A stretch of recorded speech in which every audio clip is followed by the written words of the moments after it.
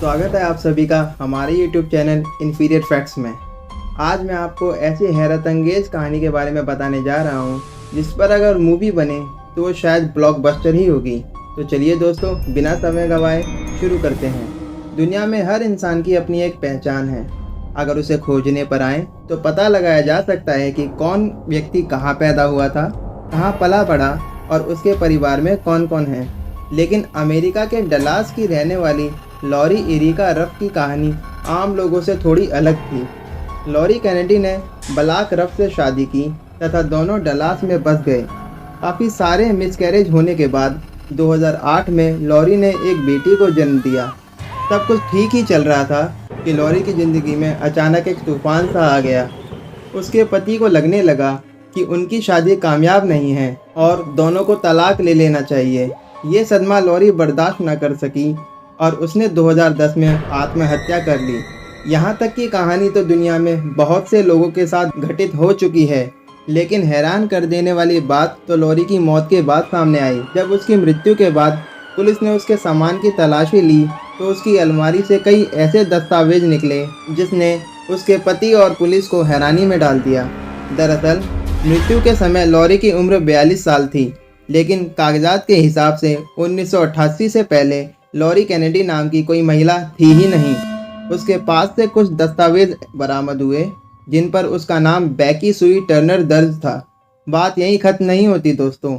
लोग हैरान तो तब रह गए जब रिकॉर्ड से पता चला कि उन दस्तावेजों पर जिस बैकी की जानकारी दर्ज की गई थी वो 1-2 साल की बच्ची थी जो 1971 में घर में लगी आग में जलकर मर चुकी थी। अगर बैकी मर चुकी थी तो फिर लॉरी कौन थी, कहाँ से आई थी? इन सवालों का जवाब किसी के पास नहीं था। 2016 तक लॉरी पुलिस की फाइलों में एक रहस्यमय केस बनकर पड़ी रही, लेकिन 2015 में लॉरी के रहस्य से पर्दा उठ गया। लॉरी के केस की तहकीकात कर रहे सोशल सिक्योरिटी एडमिनिस्ट्रेटर के इन्वेस्टिगेटर जॉय वेलिंग को 2015 में एक फ़ोन आया।